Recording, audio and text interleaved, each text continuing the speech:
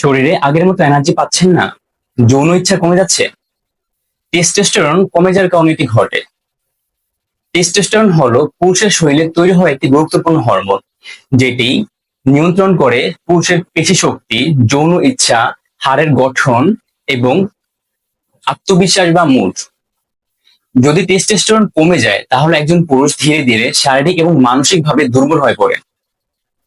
আর এই টেস্টোস্টেরন গঠনের প্রধান উপাদান হচ্ছে জিঙ্ক নামে একটি মিনারেল, যেটি আমরা পেতে পারি বাদাম থেকে, সিড জাতীয় খাবার যেমন পাম্পকিন সিড বা এই জাতীয় খাবার থেকে।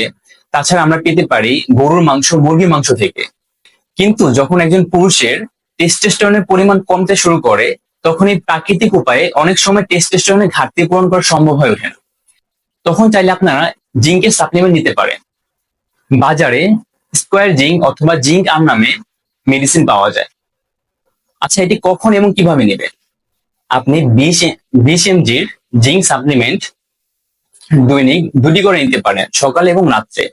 আর এটি তেমন কোনো সাইড ইফেক্ট নেই। তবে আপনার যদি অন্য কোনো প্রবলেম থেকে থাকে তাহলে অবশ্যই একজন চিকিৎসকের পরামর্শ অনুযায়ী ওষুধ নেবেন এবং জিঙ্ক সাপ্লিমেন্ট ব্যবহার করবেন। আর এরকম নিত্য নতুন ভিডিও এবং আপডেট পেতে আমাদের সঙ্গে যুক্ত থাকুন।